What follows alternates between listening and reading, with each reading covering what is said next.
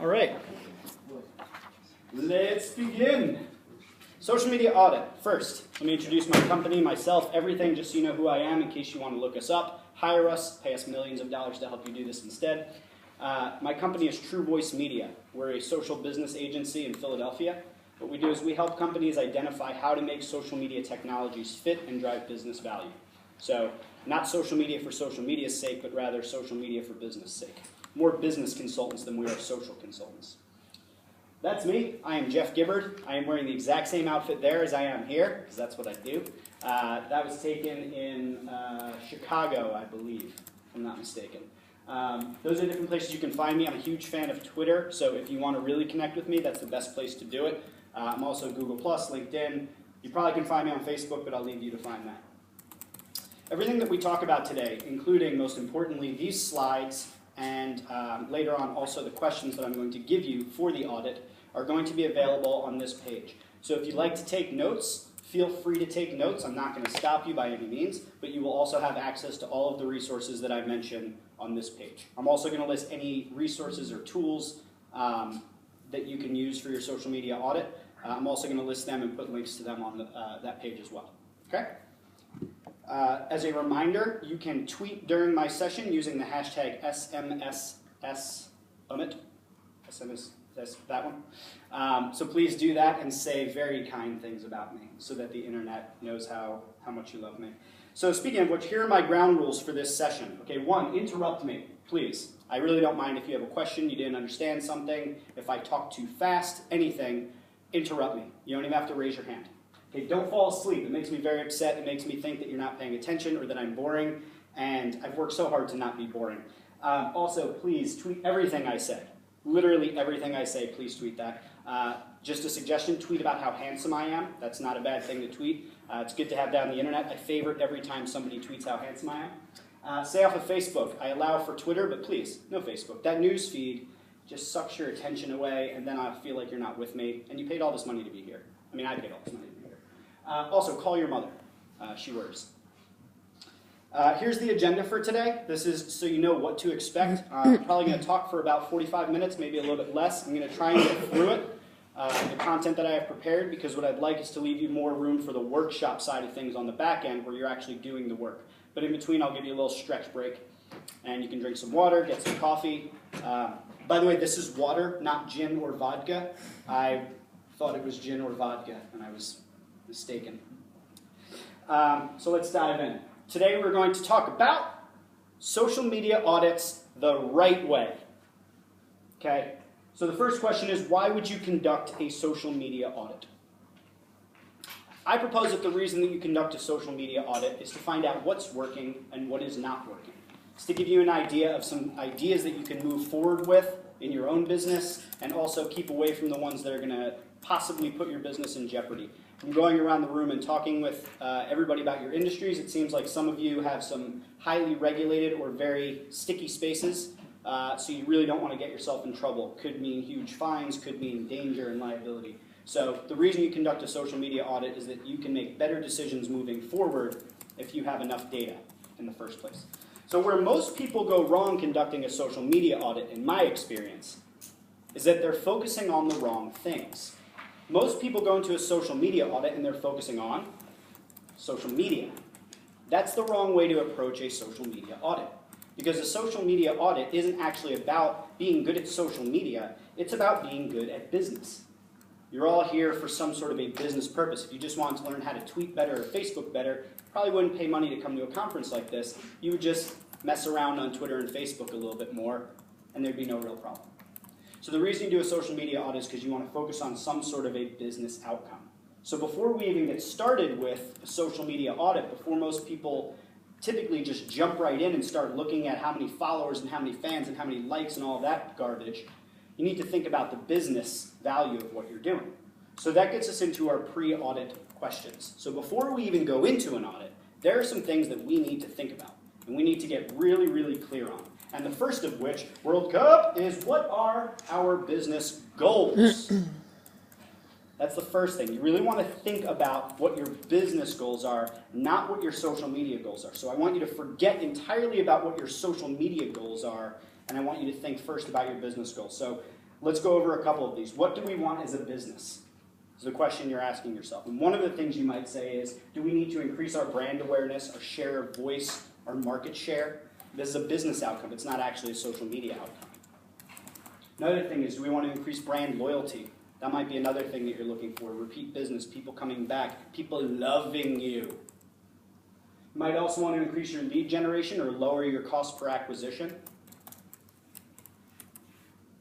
You might want to increase sales. Anybody here want to increase sales? I know I do. Another thing you might want to do is reduce your costs, increase retention, and do that through improved customer service and support. I don't think Comcast is a thing in the U.S., or in Europe, but in the U.S., Comcast is the major broadband provider, cable, television, and internet. And while they have notoriously horrible phone support, like literally the worst thing on earth, if you go on Twitter and you post a complaint at their customer care department, they get back to you within like 5 minutes.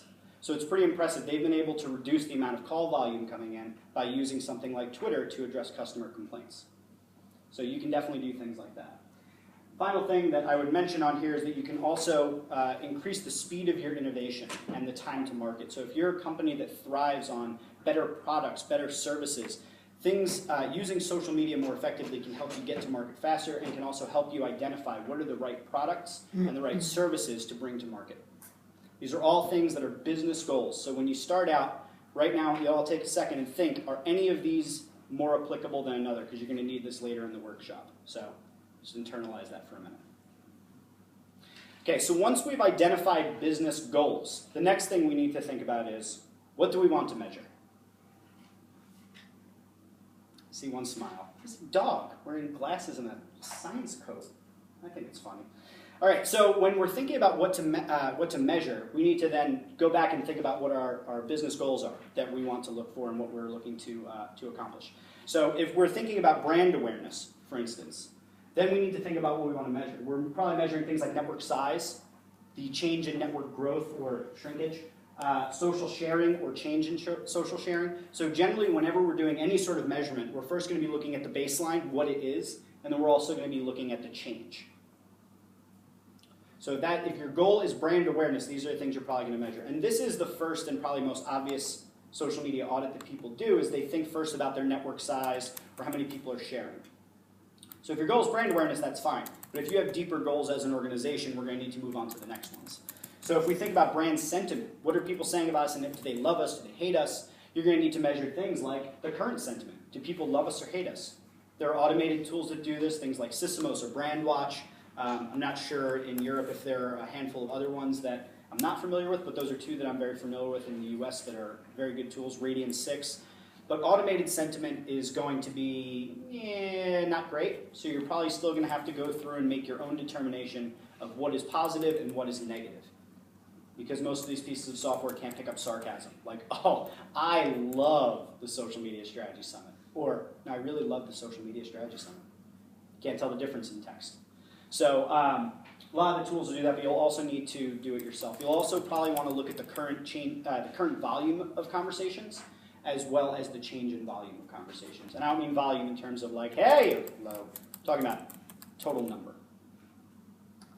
Okay, if your goal is brand loyalty, you're going to be looking at a couple things, and a lot of these aren't actually going to be things that you can look at on social media. They're going to have to happen after the conversion point, because you don't know loyalty until somebody comes back and buys something. So that's going to rely heavily on your CRM. You're going to need to look at repeat visitors to your website, increases in brand advocates. So if you can find those people that are consistently mentioning you and talking about how great you are, that's going to be a good sign for brand loyalty. As an example, there's a restaurant that I go to in my neighborhood all the time. And whenever I go there, I check in on formerly Foursquare, now Swarm, and I say, I love this place, I'm so happy to be back here. That's brand loyalty. I'm giving them positive mentions, and relatively speaking, I'm an influencer in that market. Increase in size of advocacy networks, and what I mean by this is if you decide to create yourself a VIP group or our best customers group, if you can increase the size of that group by way of people that have had repeat business or that you allow entrance after hitting something, that's going to give you some sort of an idea if you're moving the needle on brand loyalty. And on Facebook, it's going to be the increase in organic reach because, as most of you probably know, Facebook has severely throttled the organic reach of Facebook pages. So if you have a Facebook page, you can expect to reach 1 to 2% of your audience organically. That means without paying for an ad. So if you can get that up to 6, 7, 10, 15%, it means that the people that you're already reaching are sharing and they are expanding the organic reach of your posts. So that's a good sign. Okay, lead generation. Lead generation is probably the thing that we do the most of with our clients. And the thing that we tend to measure is, strangely enough, how many leads we got. I know, it seems counterintuitive, but that's what we do. We also look at the conversion rate of lead pages. This is something that you're going to do in your audit where if you have a landing page with a call to action, maybe an email sign up or buy now button or something like that, you're going to want to check and see how often, if you have 10 people that visit, did 3 people convert, did 1 person convert? And then you may want to start A/B testing and toying with different factors to see if you can increase that conversion rate. But that's one of the things you're going to want to look at. You're going to want to look at the number of incoming leads, the change in incoming leads, and finally, the most successful content in driving leads. So if you have a landing page that is your #1 lead capture source, something like an opt-in page, you're going to want to look for what was the page that they came from. Was it, was it from our Facebook account? Was it from another page on our website? You'll want to trace it all the way back to the source. How are we doing so far? Is everybody still with me? Still good? I know it's early, especially for me. I don't even know what time it is.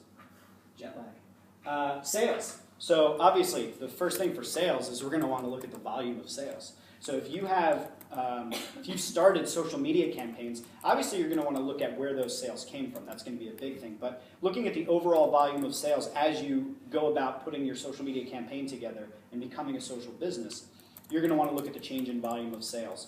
You may not be able to create a direct causation, but you may be able to create a correlation between your activities and then start to isolate what's actually moving the needle.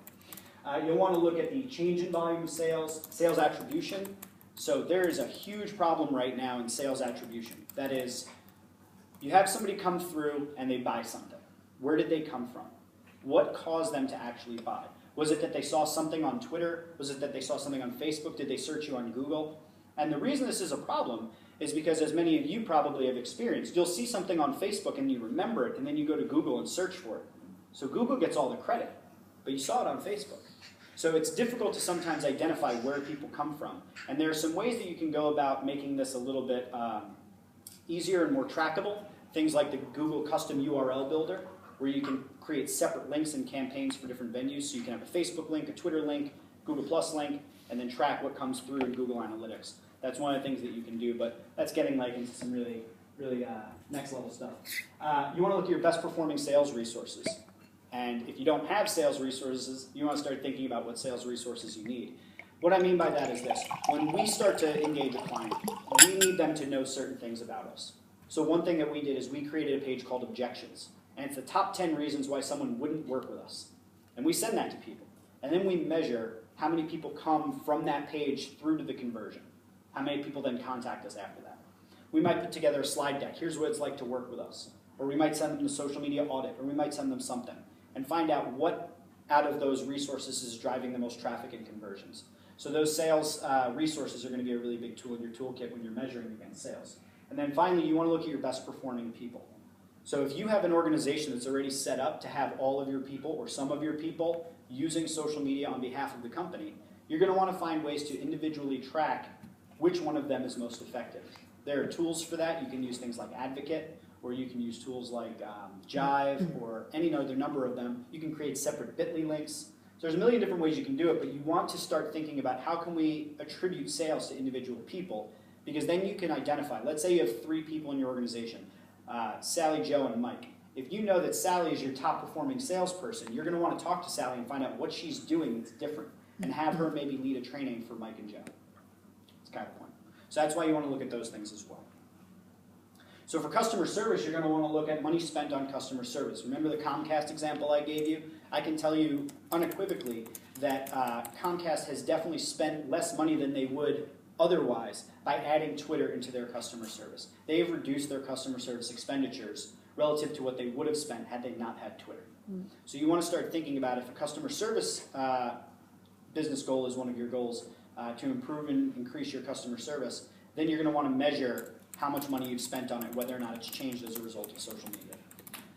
Change in volume of support requests. So if you're getting, let's say, 100 incoming sales calls or sales support calls every day, or customer service calls every day, 100, and you can drop that down to 50 by use of Twitter, that should be considered a win if you can deal with those people in a way that doesn't take up as much time and you can give them better support.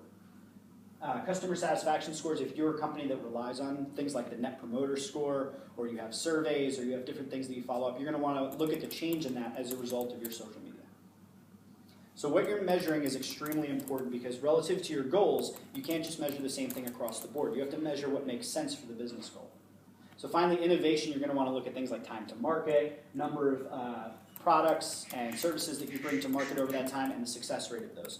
So if you can say we release 3 new products per year, and you can release 5 new products, and each of those products has a high success rate at or above what you normally do, you can pretty much say that as a result of what you're looking for on social and the things that you're bringing into your innovation cycle, they've been a contributing factor. So again, you have to measure all of these things. Your goals dictate everything. So again, before you start measuring anything, you need to start with the goals, then you need to identify what you're going to measure, and then you move on from there. So here are all the factors that I want to talk about in a social media audit. So now that we've got the goals, we started with that, and then we moved into what to measure. The next thing is, here are all the factors that I want you to think about, because it's not just about goals and measurement. Next thing is you have to look at things from a number of different perspectives. So the first thing that I want to make very clear, and this is a huge mistake that most people make when doing a social media audit, is they only think about their company branded accounts. So my company is True Voice Media. We have probably as many social media properties for my company as I do for myself, but I bring in most of the business because people know who I am. So if I were to do a social media audit just on my company, things would look pretty bleak by comparison to if I bring myself into the picture, or the people that work for me, or some of my best customers that are referring me business, or some of my partners. So there's a lot of angles that you need to look at things from, and if you just look from the company perspective, the branded accounts, you're going to miss out on a whole lot of stuff. So a comprehensive audit is not just a company, it's more than that. Obviously you're going to start with the company profiles and pages, but you need to go further, you need to go deeper, you need to think about your employees. So there are probably employees in each of your companies that are already using social media in some way for your company, either officially sanctioned or not. They might just be doing it. You need to think about what that effect is and what that impact is, what's working, what's not working. Resist the urge to clamp down on them, figure out what's working and move forward.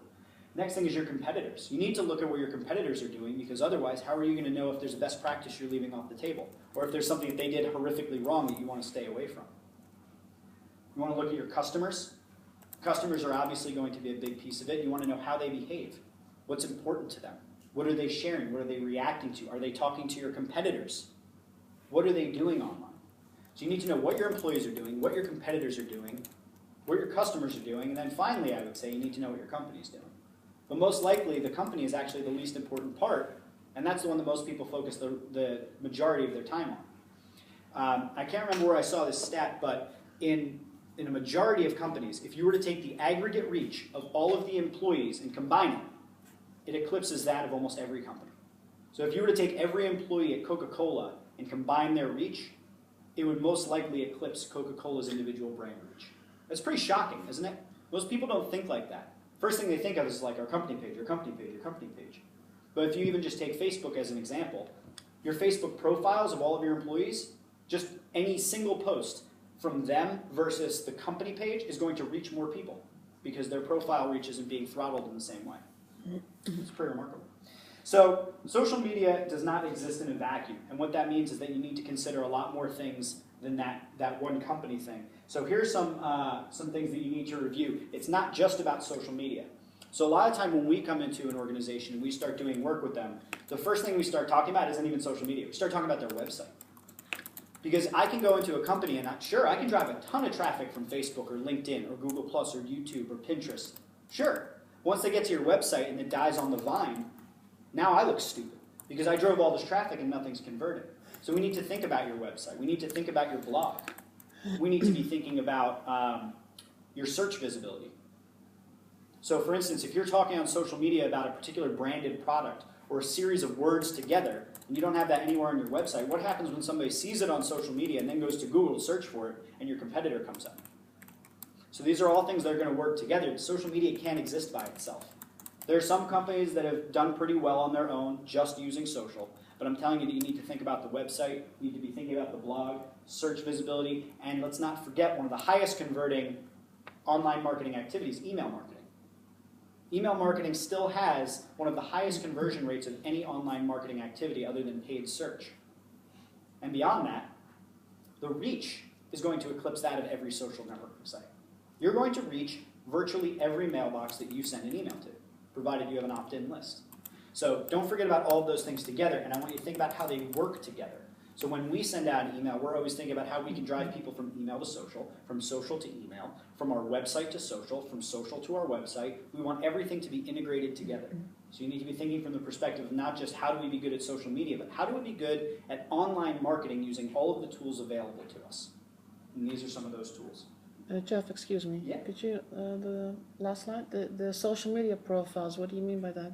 So social media profiles, meaning things like your Facebook page or your Company Facebook profile profiles. if you're an individual. Yeah, your Pinterest account, your YouTube account, your SlideShare account, whatever you're using. Yep. Okay. So choosing the social media profiles that you use is going to be an important piece of it. Also, you need to make sure that you're on the right social networks. And at the end, right before we go on break, I'll give you a couple quick tips on some ways you can determine the right social network to be on. But wait, there's more. You're going to be doing this audit. But I want to make sure that you're also thinking not just from your own perspective, because you can't just think from the company's perspective. This is important. Pay attention to this part. If you haven't been paying attention so far, this part's really important. You can't just look from the company's perspective. You can't only think about what's in it for us. You have got to look through your customer's eyes. You have to put yourself in the mindset of the people you're trying to reach, not yours, not your CEO, your customer, the people you're trying to reach. This is the most important set of eyes that there is. So you have to look through their perspective.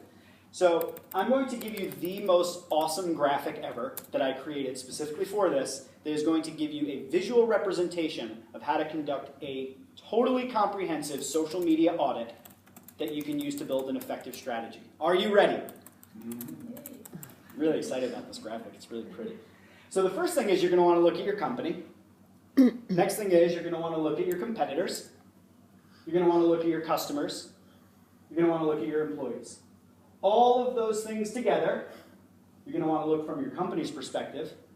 You're going to want to look from your audience and customer's perspective. And what you're looking for is that intersection in between all of those different pieces you want to look at from both your company's perspective and your customer's perspective. And you want to look at each of those individual things. So when you're looking through the different sets of eyes, you have different goals in mind. You have different thoughts. When you're looking through your perspective, you're looking for your goals. And from theirs, you're looking at their wants and needs. And these are very distinctly different mindsets. So you need to think differently when you go into this audit. It can't just be, okay, we're a company, we want sales, our competitors are doing this, our customers are doing this, cool, let's do that. No. You have to stop and then put that completely aside and say, okay, now I'm a customer of this company. What are their competitors doing? What are the other people talking about this company? You ever go to, I don't know if Yelp is big where everybody is from, or if you use Foursquare, or how you identify the right place to eat, TripAdvisor, I don't know. But the point is, Amazon, it's a good, everybody is Amazon, right? 5-star reviews from 1,000 people. You trust it, right? 3 reviews, maybe they're like 3.5 stars. Do you trust it? Not as much. There's wisdom in the crowds, and when you're thinking from the perspective of a customer, and you start looking around at what other people say, that makes a difference in how you're going to perceive any of that marketing message, any of those social media messages, any of those calls to action. And the same thing if you look at the employee's perspective from the customer's eyes. What if you went on Glassdoor.com and you saw that this company that you were thinking about doing business with has a CEO who is ruthless and horrible? It's going to feel a little bit different about it, right? The point is that the more comprehensive you can get and the wider you can have your perspective, the more effective your strategy is going to be. All of these things combined is going to give you the best possible strategy. And I know this at this point, with this amazing graphic, you might feel a little bit overwhelmed. It might seem a little daunting. It's okay. It's okay. I'm a doctor. I've done this before. Just approach it slowly. You don't have to do all these things at once. You don't have to do a 15-point audit on each of these different things. You do the best you can.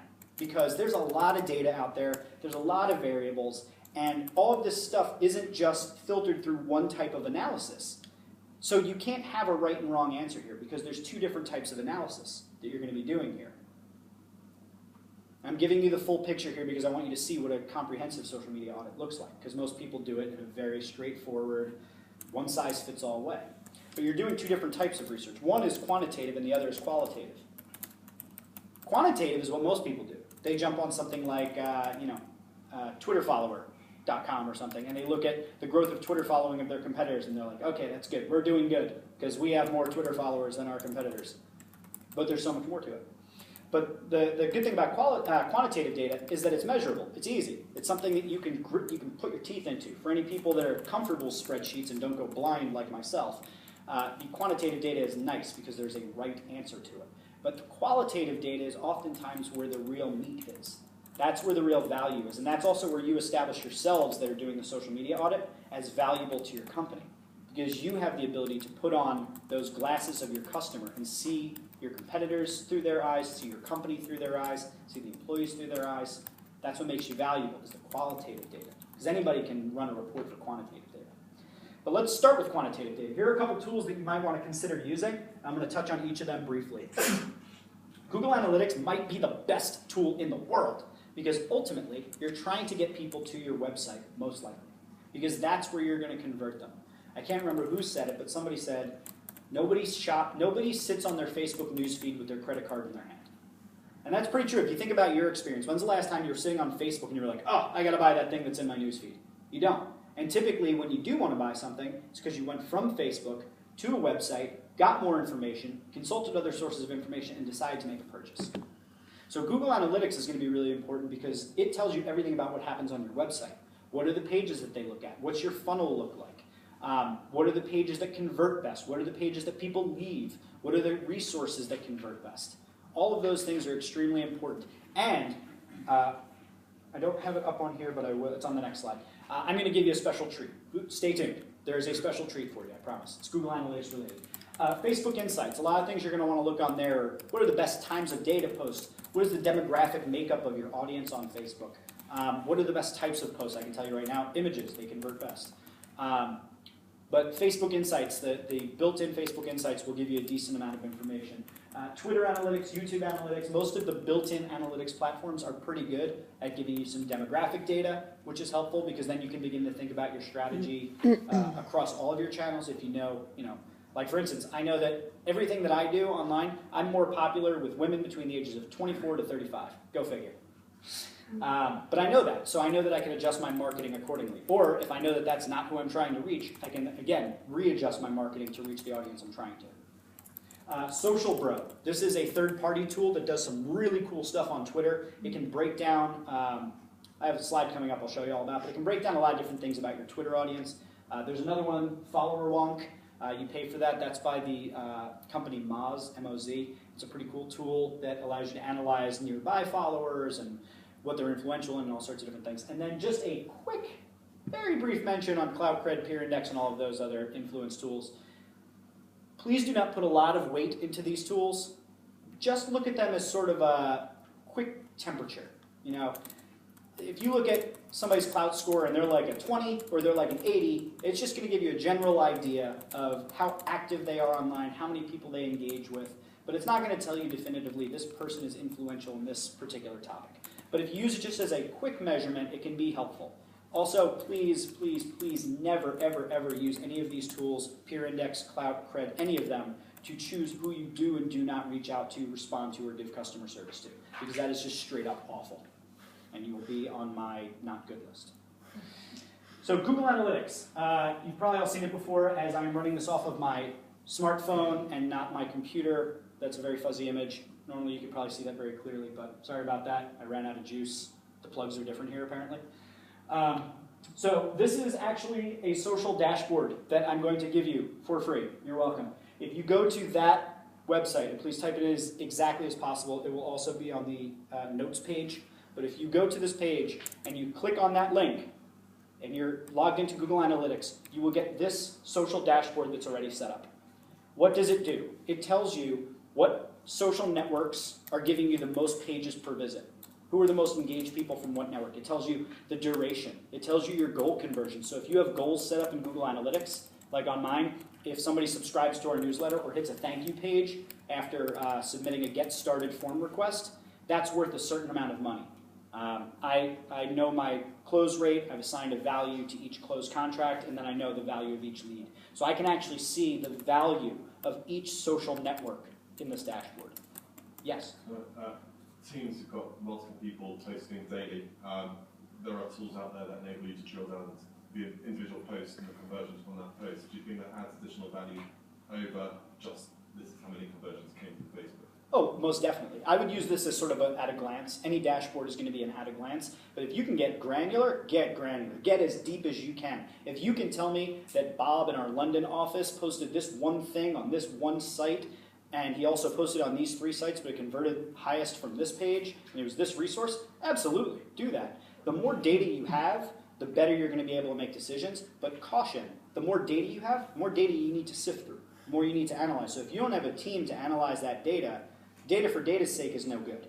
You need actionable insights. So at the start of a social media audit or measurement campaign or anything where you're trying to figure out what's working and what's not, make sure that you've set up a structure so that you can actually go through that stuff.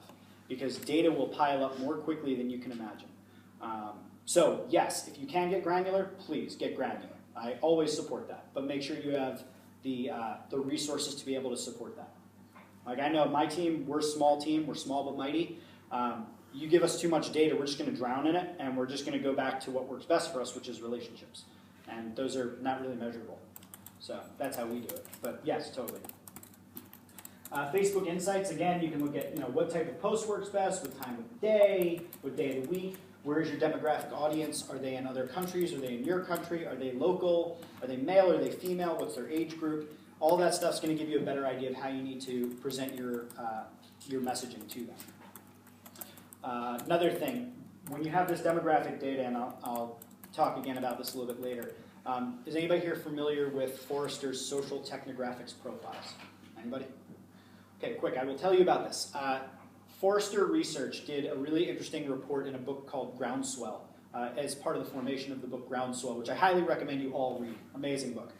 But they've identified that there are 7 different types of behavior that people exhibit online. And they're creators, critics, conversationalists, joiners, spectators, inactives, but it's just, and collectors. These are the different ways that people behave online. And what they did is that each year they do some research and they determine in different age brackets how people behave. So for instance, 18 to 29-year-olds are going to be higher proportion of creators, meaning that if you give them something to create, you ask them to write a blog post or make a video, you run a contest, a photo contest, they have a higher likelihood of entering that. If your audience is slightly skewed more towards spectators, people that just watch, or critics, people that respond to content, you need to adjust your social media strategy accordingly. So having this demographic data allows you to check against Pew Internet Research studies or against the social technographics profiles to find out how your audience behaves, generally speaking. Hi, come on in. So that's one of the values of getting demographic data, is that you can better understand how people behave. Social Bro. It is a Twitter analytics tool, among other things. It has all of these different things. You can find out the best time to tweet. So what it'll do is if you have a pro account, it'll analyze accounts with more than 5,000 followers. Otherwise, it's up to 5,000. And it will tell you from a sampling of your audience when they are online. And you can then take that and you can export it to Hootsuite and use that as your posting schedule. So, actually to Buffer is another tool you can use for that. So you can set up your posts to go out at a certain time. So if you know that your entire audience is really only on between 11 and 1, then posting at 4 p.m. is completely pointless. It makes no sense. By contrast, if you, for instance, are a clinic that helps people that have insomnia, posting at noon, probably not your best time, but 2 to 3 a.m., yeah, probably a great time to reach those people. So better understand who your audience is. You can better understand the time. Social Bro can help you do a lot of that. It'll tell you other things like all about your followers, like famous followers, inactive followers, followers that follow you back, all different stuff. So Social Bro is a pretty cool tool, even in the free tool. So competitors, when it comes to quantitative research, are extremely hard to actually track. And the biggest reason is that if you go back to your own thing, you don't know their goals, you don't know what they're measuring. So it's hard to actually track them quantitatively. You also don't have access to their sales data. You don't have access to their analytics. So competitors, the best thing you can really do is look at the on-the-surface data. Qualitative. This is where the magic happens, in my opinion. So qualitative tools are all about using your brain. They're all about looking at things critically and looking for information that makes sense to you in one way or another. So there are two different ways you can do this, either observe or ask. And what I mean by that is observe. Good example. Run a Twitter search with your company name. That's observing. You're seeing what people are saying without being prompted. Give them a survey, that's asking. So by combining these two different worlds, you're going to get a kind of a 360 view of anything, whether it be a product, service, your company, your competitors, whatever. You're going to want to get that kind of global view about it by attacking it from those two different perspectives. So quantitative, qualitative, viewing through customer's eyes, your company's eyes. It's a lot of stuff to do so far. So here's the step-by-step process. Make it simple. 1, identify your business goals. 2, identify what to look for. Find and audit company, then competitors, then employees, then customers. That's the step-by-step. Now when you're looking at the company, you want to think about your business goals, what's working and what's not working. So that's the mindset that you're going into that one with. You want to look at whether or not, from your perspective, the goals that you have as a company are likely to be accomplished through the things that you're doing on social and what you're doing on the website and everything else. When you're looking at the competition, you're going to want to look at what they do well and what they do poorly, because you can't know what their goals are. All you can look at is what seems to work, what seems to get traction and engagement, and what doesn't. When you're looking at your employees, you want to look at how they reflect the company. You want to look at how their activity can help and how their activity can hurt. You're going to want to get a better sense of what you want to encourage the rest of your workforce to do. Look for best practices, things like that. When you're looking at your customers, you want to think about their wants and their needs. You really need to know what they're interested in, what they're looking for, what's valuable to them. And you want to look at what they're saying and what they're doing and where they're spending their time and how they're behaving through that. You want to analyze their behavior and you want to take note of where they're spending their time. So I told you I would give you a quick tip on that, on how to better analyze your customers. A couple things you can do. If you have an email list, this is a great pro tip, seriously. Take your email list, the entire email list, export it to CSV. Start a Gmail account, brand new, fresh, dummy Gmail account. Import that entire email list into your Gmail account. Then when you go onto Twitter or Facebook or LinkedIn, you can actually search that Gmail account to find your friends, and you can find out where your customers are spending their time online. It's awesome. You can do that on WhatsApp, you can do that on Snapchat, you can do that on anything. So I'd recommend even getting a completely separate device that you can use just for your company. Like this iPod Touch over here that's recording me, that is our company iPod Touch. It's only for company video. It's connected to our Instagram. So when we load info on there, we're able to check against our database, right for our company. Presumably, sorry, that have had to have used the same email address on your database and they would have their social. Yeah. So, and if they don't, then you're kind of out of luck. Another tool you can use that I think is extremely helpful is if you've heard of Rapportive, R-A-P-P-O-R-T-I-V-E, Rapportive. It is a plugin for Gmail. This is one of the most useful tools that I use. If I get a new lead and they come in via email, I hover over their email address, and over on the right side I get to see where they are on LinkedIn, Twitter, Quora, Pinterest, anywhere. It's all right there. So I can immediately, when I get a new lead, connect with them on LinkedIn. Hey, what's up? Glad to connect with you. Let's talk more. I can find them on Google+, everywhere. Maybe not everywhere, but a lot of places. It's a really helpful tool. So the point is that you want to develop a 360 view of your customer, of your employees, of your partners, of everybody. Get a sense of what they're doing online, how they behave, and build deeper relationships with them. That's all qualitative. So again, I give you one last look at this beautiful graphic that I created for you. Yes, sir? Sorry, another question. No, that's fine. Don't apologize. I told you to interrupt me. Can you do it the other way around? You talked about importing your CRM data and integrating it with your social profiles. Can you do it the other way around, where you can actually export the social profiles, your followers, your likes, etc., and integrate that into CRM? Yes, sort of. I like the way you think, though. Here's what we do. Now, most of the you can use a social CRM, something like Nimble.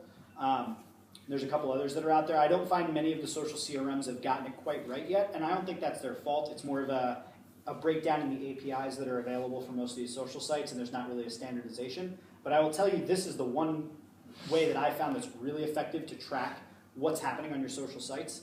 I set up a Gmail account that's specific for all of my social profiles, both personally and then one for professionally. So my company has a Gmail account that is just for our social profiles and everything. And all of the notifications, we have every notification turned on email. And then we set up filters in Gmail to filter them into filters. So we have Twitter, DMs, retweets, favorites, follows, everything. So we have it all broken down. So I can go into my Gmail account and say, show me when I can just say John Smith, and it'll show me everything about John Smith. Or I can say, in the Twitter filters, in all the Twitter labels, show me anything with John Smith. And I can see the entire history of what happened with John. So I use the email notifications by setting up a completely separate account for that as my CRM to find out where people are and who they are. And then again, if you have Reportive installed on there, you can then go right from that to connect with them elsewhere. That's how I do it. Now, again, if you use Salesforce or you use Dynamics or you use any of the other CRMs, the answer might be different. And they may have plugins, they may have third-party plugins, they may have native applications you can use. So it's hard to say, but the one that I've found that works best, and it's just easy, is to set up a separate email account for all your notifications. Just makes it simple. Does everybody else understand that? Okay, good. Okay, so I'm going to open up to Q&A right now. Then we're going to do our little break time, and then we're going to go to the workshop. Cool? So at this point, any questions on what I said? I know I moved pretty quickly. Yeah, you mentioned the Net Promoter Score. Mm-hmm. And I still think it's difficult you can measure everything around social media marketing, right? And you gave some very nice examples of how to do that. I still find it difficult to find a direct correlation between social media marketing. I'm not talking about lead gen, because that's quite a linear thing, right? But in general, if you build brand awareness, brand loyalty, etc., what is the impact, how do you measure the impact on the NPS, for instance? Because NPS also consists of, if you say, build a new feature on your product, yep, that will obviously drive the NPS score, right? It will create more promoters. How do you say, how can you measure and isolate the effect of social media marketing, for instance, to that NPS score?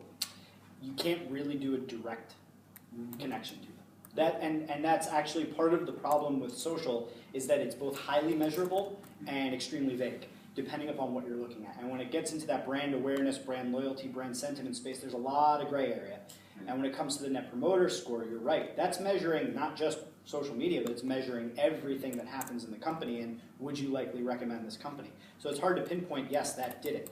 That being said, you can, depending upon how aggressively you go after social and what you're implementing, you can make some assumptions, but that's about the best you can do. So for instance, if you have been in business for 100 years and you've been measuring your Net Promoter Score for however the last 5, 10 years, whatever it is, ever since it came out, and you've had a pretty consistent score, and then you aggressively launch a 15-person Twitter customer support and a forum for customers to connect with one another, and you notice a spike over the next year in your Net Promoter Score, yeah, I mean, you can't say unequivocally that's what did it, but if that's the only variable that's substantially changed, you could at least make some sort of an assumption about it and build the case that now we need to figure out if there's a relationship between them. So maybe you start surveying your social media people afterwards and start finding out if their customer satisfaction scores are higher when they deal with you on social media versus somewhere else.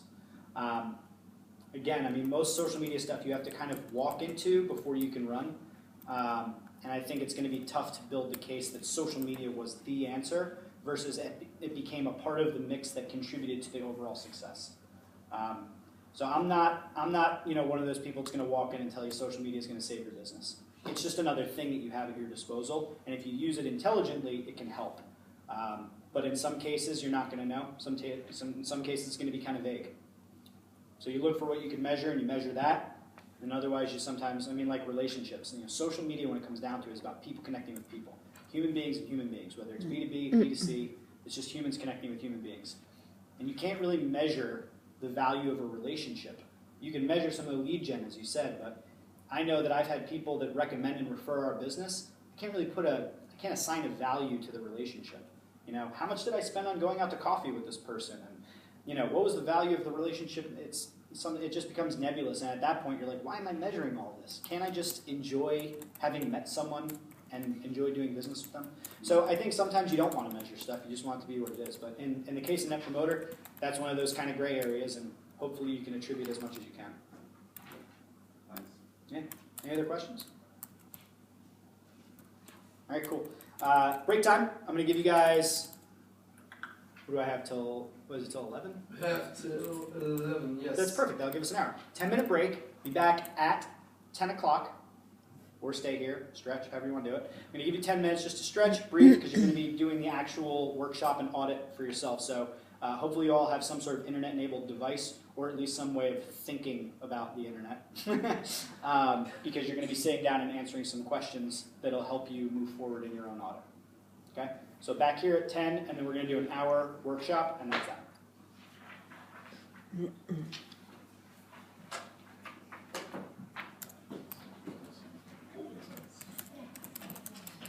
Vincent, how are we doing back there? Good. How are you doing in front? Good. It's good up here. Yeah, I always like it up here. Does the vodka help or not? Yeah, it's great gin. Apparently, in the Netherlands, they make wonderful gin. I actually discovered that last night at the hotel bar. Hi. Yeah, it's a thing. Yeah, Vincent, I'm an only child, so this is great for me.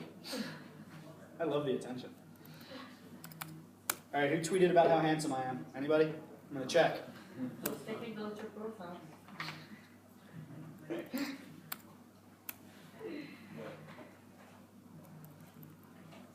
It's funny. I did the social media strategy summit in Dallas, I think it was, last year, and I always have that slide, tweet about how handsome I am, and I must have gotten like 20 people that were like, oh my god, Jeff Gibbard, the most handsome speaker. I was like, they took it seriously. This is awesome.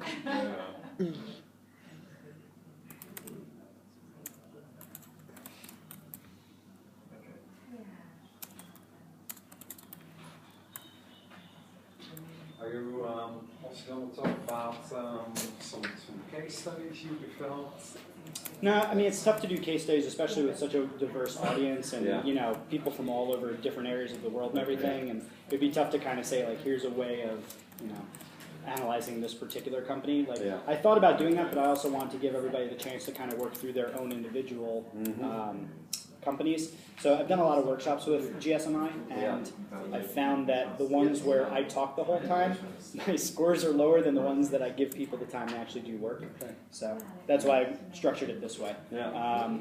But in terms of, you know, if there's any particular, you know, questions or anything that you want me to help you with, we can meet later on and I can kind of walk you through some stuff. Yeah. Show you how to look at stuff. I have one question regarding the timing for doing doing tweets, right? Working on your Twitter account. Because you were saying you can identify what the best time is to send out a tweet. Yep. Our audience is a global audience, so we sell to universities in APAC, also in the US, Europe. So from that perspective, it's probably difficult to. Yeah. I would say for that, I mean, the best case scenario is that you actually have people in different areas, in those different areas that are actually tweeting in their local time, the best time for their local audience. So you can actually analyze your local audience and tweet it during that time. But if you have a global company, you're going to be tweeting 24/7. Exactly. Yeah, but who's going to be reading it at those times is going to be different. Then it always breaks down the question, do you have one account or do you have regional accounts, and then that becomes, okay, now how do we manage regional accounts, and is it the same messaging? And so there's a lot of questions that come along with that. I think, again, it would start with, what are you trying to accomplish, who are you trying to reach? You know, it all comes back to those starting questions. Yeah. And in the case, because I know that quite a lot of our sales folks have their own Twitter accounts, also in local language. So one of the things you brought up is that you ideally would like to bring them together and basically measure the impact of all those accounts together, right? Mhm. That's one of the. Yeah, in general, I mean, so if you have a Salesforce that's distributed around the globe, Yeah. and you want to identify around the globe what's working, who's doing the best job. Yeah. You want to take all that data in one place and look at that and say, what is this person in Denmark doing that this person in the U.S. isn't doing, Yeah. that this person in Nicaragua isn't doing. You want to compare like what's working, and it could just be that there are cultural differences of what's working. Maybe what works in Nicaragua won't work in Denmark. Yeah. So you got to figure out, is this something that translates across the board, or is this something that is very regional? Yeah. Yeah. Exactly. Yeah, there's always too many variables. Yeah, That's the yeah, one, yeah. that's really most of what I do is I try to eliminate variables and identify what's the one thing we can measure right now, Yeah. and then do that, because there's so many variables. It's Yeah. like, was it something that they saw here or there, and was it this person or that Yeah. person, is it cultural, is it this? Yeah. Yeah. Was it something in the news? Yeah, There's a exactly. million variables. Yeah. I agree. Yeah. Interesting. Yeah, well, good luck with it. And again, I said, if you want to talk later and go through some examples, and you want to bring someone up, I'll show you how I would look at a company like Yeah. that. Yeah. Please. Yeah. Yeah, my pleasure. Hi. Hey. We are working like in entire Europe. So for most of our countries, our brand awareness is quite high. So people are following us on Twitter or Facebook.